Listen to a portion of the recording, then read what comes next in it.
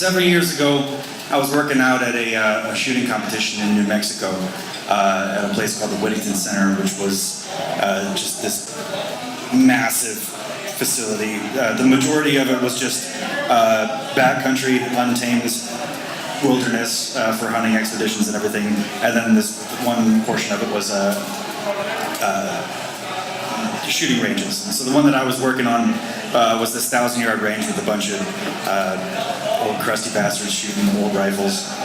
But I went out about a month early. The guy I was working with, our job was to go out and build all the targets.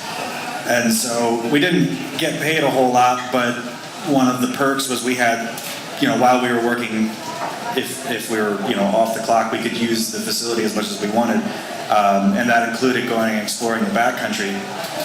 So I've always sort of fancied myself an amateur storm chaser, and I say amateur because I don't know shit about meteorology. I just like storms. And the thing about northern New Mexico, or the Southwest in general, is you only get a couple of inches of rain a year, but it all comes at once. So we were staying in this cabin right at the edge of this small mountain range that was sort of the barrier to the backcountry, and I saw the forecast. There was supposed to be storms coming in from the prairie to the east of us, and so I was watching this storm system roll in, and it was super low clouds, and I thought, I'm going to scramble up this ridge line and take pictures as this dark, ominous cloud formation was rolling in, and I was going to be above the cloud line. And so I did. I scrambled up about 12 to 1,500 feet on this ridge line and was taking these amazing pictures of this storm system rolling in and just like flooding the valley underneath me. And I was getting all excited and running around trying to take different pictures of different, cool sandstone landmarks with these storm clouds behind it. And so the first sort of wave passed me, and it wasn't exciting anymore, and I was just kind of like leafing through a bunch of the pictures I took, thinking like, I'll sell these in National Geographic or some shit like that. They weren't interested. But I finally sort of calmed down and realized like I have to start getting back to the cabin, and in all of my running around, I had no idea which way was up. And at this point it was extremely dense fog. Visibility was probably like 50 yards being generous.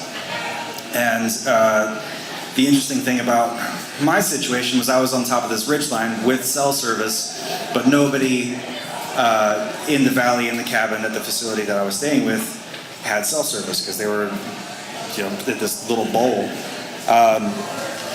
So I called my friend Logan, who was still in Pennsylvania at the time, and he was in class at Lebanon Valley College, and I called him up. I said, hey, I need some help. And he said, what's going on? I said, I'm fucking lost.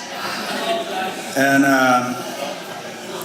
so he excused himself from class and hopped on Google Earth, and he's like, I'm giving him this sort of like general rundown of where I think I am on this ridgeline, and he's looking at landmarks, and I'm telling him what I'm seeing, and we sort of pinpoint roughly where I am, and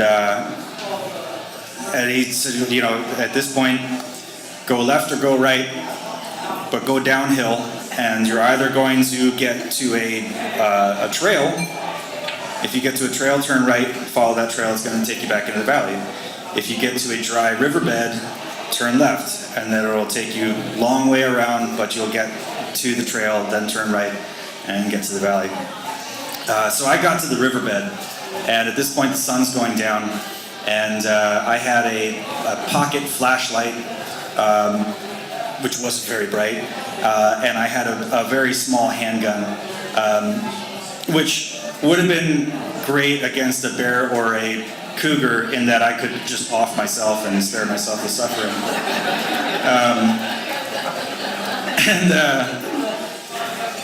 So I got to the riverbed, and at that point I had no cell service because I'm back down in the valley, and I turn left and I follow the dry riverbed, and I get to the trail, I turn right, and I find myself back at the cabin.